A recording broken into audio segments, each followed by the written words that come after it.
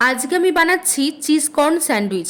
এই স্যান্ডউইচটা খেতে যেমন টেস্টি তেমন খুব চটজলদি বানিয়ে ফেলা যায়। এই চিজ কর্ন স্যান্ডউইচ বানানোর জন্য আমি প্রথমে একটা বাটিতে 1 কাপ সেদ্ধ করে রাখা সুইট কর্ন নিয়েছি, যেটা আমি অল্প নুন দিয়ে সেদ্ধ করে নিয়েছি। এরপর এর মধ্যে 2 টেবিল চামচ পেঁয়াজ কুচি, 2 টেবিল চামচ ক্যাপসিকাম কুচি, একটা কাঁচা লঙ্কা কুচি, 1/2 কাপ মোজারেলা চিজ, স্বাদ মতো নুন, 1/3 চা চামচ গোলমরিচ গুঁড়ো আর 2 টেবিল চামচ মেয়োনিজ দিয়ে সমস্ত কিছু ভালো করে মিশিয়ে নেব।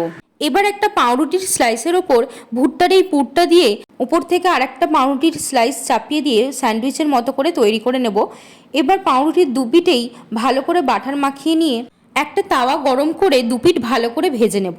একটা সাইডে এরকম হালকা ব্রাউন কালার চলে এলে উল্টে নিয়ে আর একটা সাইডও ভালো করে ভেজে নেব।